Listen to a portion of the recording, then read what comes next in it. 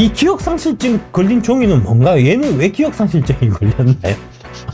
정말 그러니까 이 종이는 왜 기억 상실한 거잖아요. 왜 얘는 기억을 상실했냐고? 왜 상실했냐고? 기억 상실한 이유를 선관위에서 얘기를 해야 된다고. 국민들이 납득할 수 있게 설명을 해야 된다고, 이거. 원 상태로 회복하는 기능이 적용된 특수 재질을 사용하고 있습니다.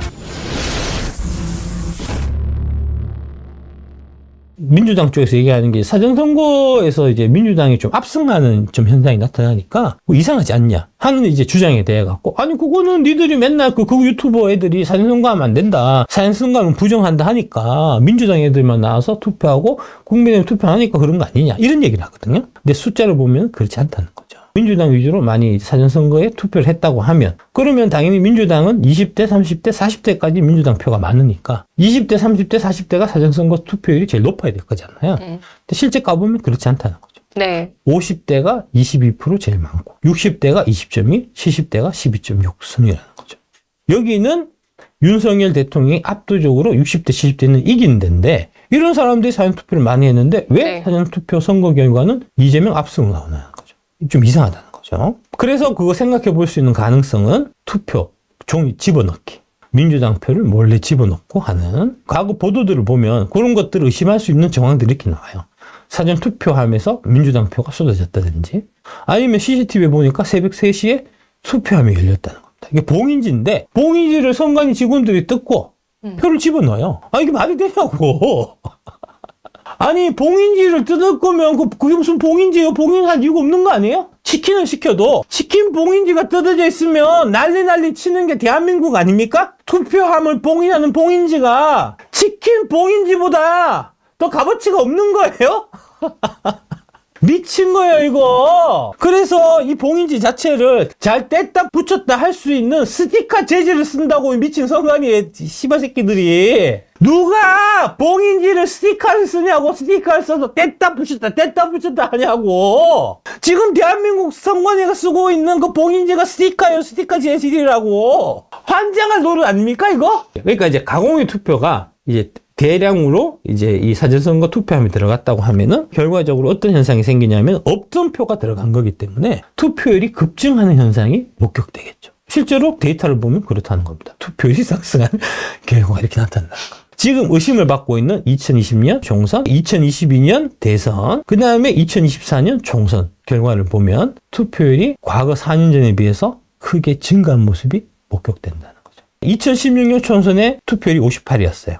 2020년 총선 때 투표율이 66.2%입니다. 8.2%가 갑자기 늘어요. 왜 늘죠? 2020년은 코로나 때였어요. 다들 거동이 불편했대요. 그런데 투표율이 2020년에 2016년보다 무려 8.2%가 늘었다고. 이거 안 이상해요, 여러분? 왜 늘었을까? 사전투표에 가짜표를 쑤셔 넣으니까 그렇지. 사전투표 때문에 선거 투표율이 올랐다. 그렇게 주장할 수 있는데 2014년 지선 대비해서 2018년 지선도 이 총선만큼 8% 늘어야 될 거잖아요. 2014년 지선, 2018년 지선 비교해보면 60.2, 56.8이니까 네. 차이가 3.4%예요. 근데 이거는 8.2%라고. 왜 그러냐고. 5%포인트 차이가 나잖아요. 26.69%의 사전 투표율이 있었단 말입니다. 네. 예, 26.69%인데 네. 여기에 4표 중에 1표의 가짜표를 섞으면 5%가 투표율이 올라요.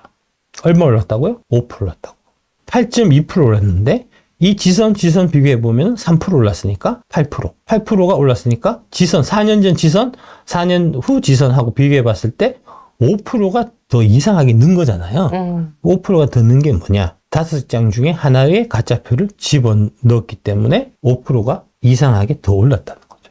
그래서 투표율이 갑자기 2016년에 58이다가 2020년에 66.2가 됐다는 거죠.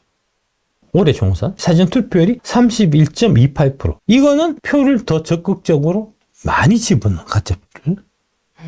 그래서 이게 이 사전투표율을 정확하게 김민석 총선 상임장이 선거를 7일 앞두고 사전투표율은 31.3%가 될 거다라고 맞췄다는 거죠. 사전입장을 취하했으면 이거 어떻게 맞냐고.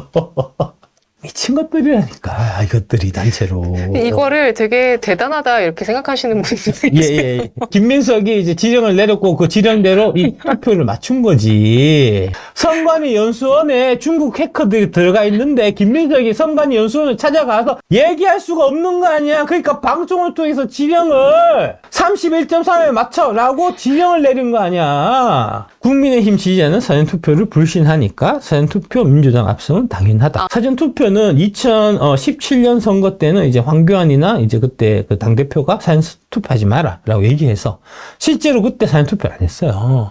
이거는 국민의힘 지지자들이 사전투표에 참여 안 해서 생긴 현상이고요. 그런데 윤석열 대통령이 대통령으로 당선된 2022년 20대 대통령 선거에서는 보시듯이 60대가 20.2, 70세 이상이 12.6%로 이게 비율이 확 늘었단 말입니다. 네. 12.2에서 20.2면 8%가 는 거잖아요. 네. 8.2에서 12.6이면은 이제 4.5%가 는 거잖아요. 네. 무슨 얘기죠? 국민의힘 지지자들도 사전투표에 많이 참석했다는 거죠. 그때 당시에 윤석열 후보가 사전투표 꼭 해야 된다. 사전투표 기호 2번 윤석열 찍어주세요. 당일 투표만 해서는 이길 수 없습니다. 공명선거감시단을 발족해서 철저히 감시하겠습니다. 라고 얘기를 했기 때문에 그래서 그렇구나. 우리 후보가 사전선거 투표해달라고 하니까 가서 해야지.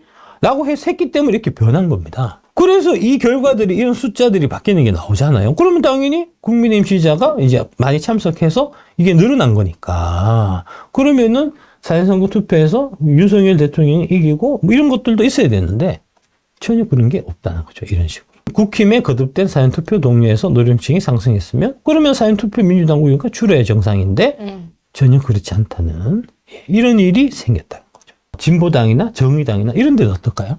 국민의힘만 사전투표 참여하지 않고 진보 쪽 성향의 정당들은 다 같이 그러면 사전투표에서 표를 많이 받아야 될 거잖아요. 근데 실제 까보면 전혀 그렇지 않다는 거죠.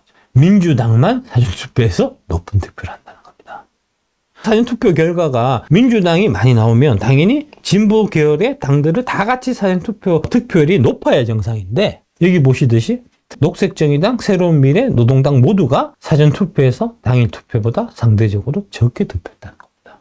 민주당만 네. 사전투표에서 당일 투표보다 높은 득표했다는 겁니다.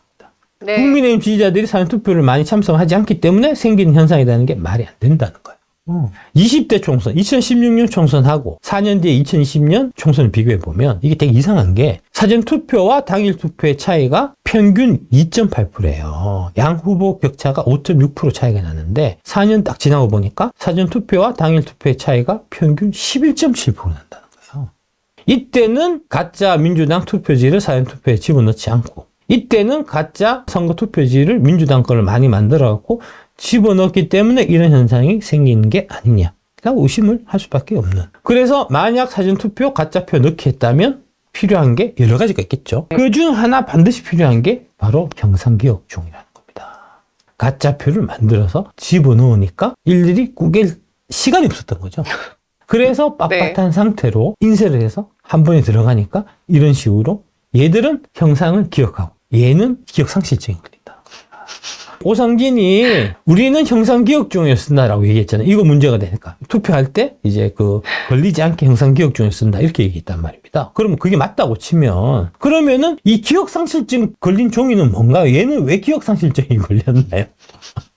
이거를 설명을 해야 되는 겁니다. 이거를 물어볼까봐 비상계엄하고 난 다음에 급하게 이 영상이 선관위 홈페이지에서 유튜브 홈페이지에서 이거 내려가 있어요. 왜 내리셨죠? 이거 내린 이유를 기자들이 선관위에 물어봐야 됩니다. 소중한 알 권리잖아. 물어보라고. 왜 안 물어보냐고. 그러니까 이 종이는 얘 기억 상실한 거잖아요. 왜 얘는 기억을 상실했냐고. 왜 상실했냐고.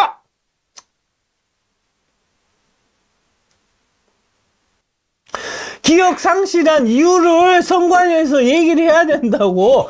국민들이 납득할 수 있게 설명을 해야 된다고, 이거. 근데 말 못하게 하고 예. 의혹 제기하면 안 된다 그러고 극우라고 하고 이 형상기억 종이가 네. 2020년 미국 대선에 비행기에 실려갖고 미국에 수출했다고요. 미국으로 실어 날랐다고요. 그거를 직접 본 사람이 정인 선서를 하고 청문회에서 얘기를 했다고요. 그 사람이 얘기한 게 사실이고 거짓이고로 떠나갔고 그런 사실이 있었다. 그런 보도를 해야 그게 언론 아닙니까? 왜? 대한민국의 그 수많은 언론들이 그때 그 사실을 에브리바디 입국 딱 하고 보도를 안 했던 거죠. 그 이유가 도대체 뭡니까? 그 이유를 밝히셔야 될 겁니다. 명명백백하게 국민들 앞에 얘기하셔야 될 겁니다.